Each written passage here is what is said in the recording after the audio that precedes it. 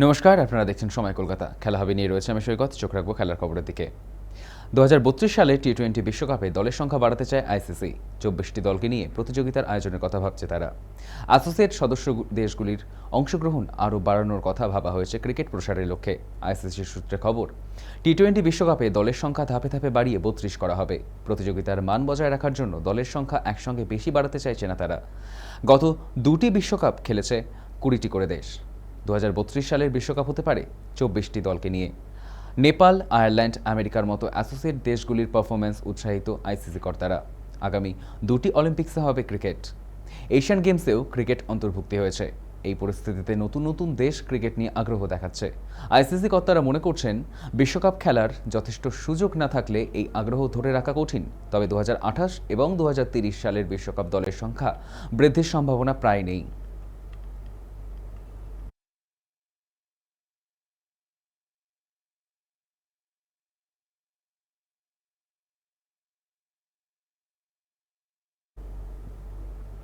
Ireland সিরিজের সব match খেললেও ইংল্যান্ড দুটি ম্যাচে খেলেছিলেন সঞ্জু স্যামসন।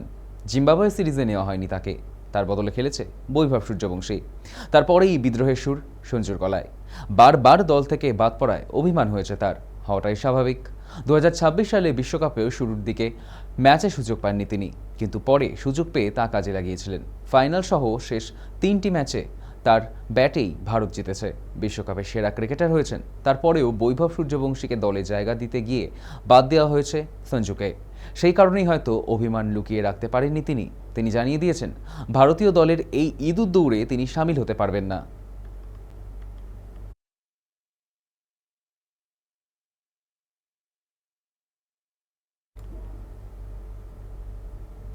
একই ইভেন্টে পদক জিতলেন দুই ভারতীয়। একজনের সোনা, আরেকজন জিতলেন ব্রোঞ্জ। প্রথমবার এহেন অভূতপূর্ব সাফল্য এলো কমনওয়েলথ গেমসে। এখানেই শেষ নয়, কমনওয়েলথ গেমসের ট্র্যাক অ্যান্ড ফিল্ডেও লেখা হলো নতুন ইতিহাস। সব মিলিয়ে পঞ্চম দিনে ভারতের ঘরে এলো মোট 6টি পদক।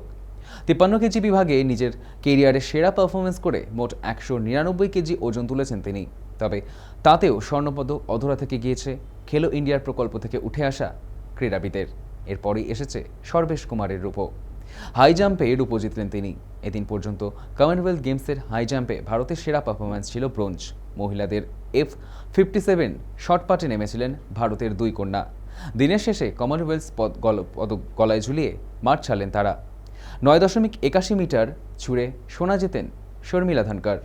এই প্রথমবার কমনওয়েলথ প্যারা গেমসে কোনো ভারতীয় সোনা জিতলেন। ওই ইভেন্টে চতুর্থ হয়েছেন ভারতের আরেক প্রতিযোগী শিল্পা শায়লা।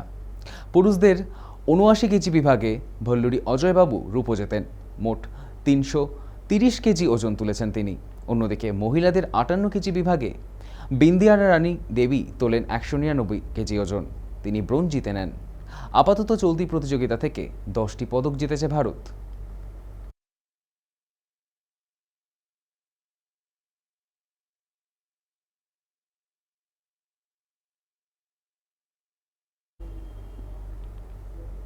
ষোলো বছর আগে বাবা দাঁড়িয়েছিলেন পোডিয়ামে। পরিবারের সেই ধারা বজায় রাখলেন ছেলে। কেবল পদক জেতাই নয়, বাবার পারফরম্যান্সকেও ছাপিয়ে গেলেন তিনি। সোমবার ভারোত্তোলনে রূপো জিতেছেন ভল্লুরি অজয়বাবু। পুরুষদের 79 কেজি বিভাগে খেলতে নেমেছিলেন তিনি। অজয়কে দেখে অনেকেরই মনে পড়েছে তার বাবার কথা, যিনি 2010 সালে কমনওয়েলথ গেমসে পদক জিতেছিলেন। মাত্র 1 কেজির জন্য সোনা হাতছাড়া হয়েছে অন্ধ্রপ্রদেশের এই ভারোত্তোলকের। 21 বছর বয়সী অজয় প্রথম চেষ্টাতেই স্ন্যাচে 145 কেজি ওজন তুলে ফেলেন। একবার ব্যর্থ হলেও শেষ পর্যন্ত 149 কেজি ওজন তুলে স্ন্যাচ পর্ব সমাপ্ত করেন। কমনওয়েলথ গেমসে এটাই এখনো পর্যন্ত রেকর্ড।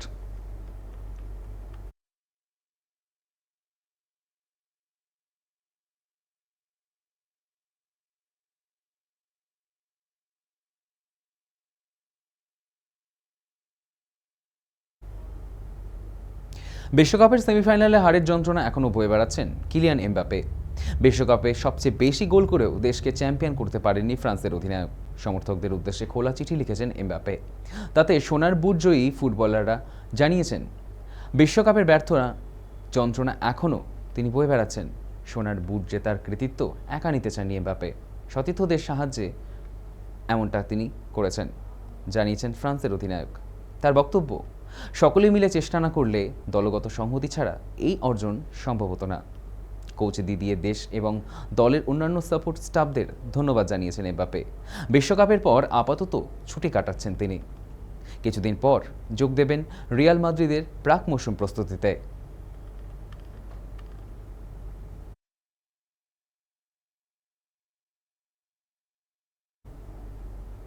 খেলা হবে এখনকার মতো এই পর্যন্তই। দেখতে থাকুন সময় কলকাতা, সময় বলবে সময়ের কথা।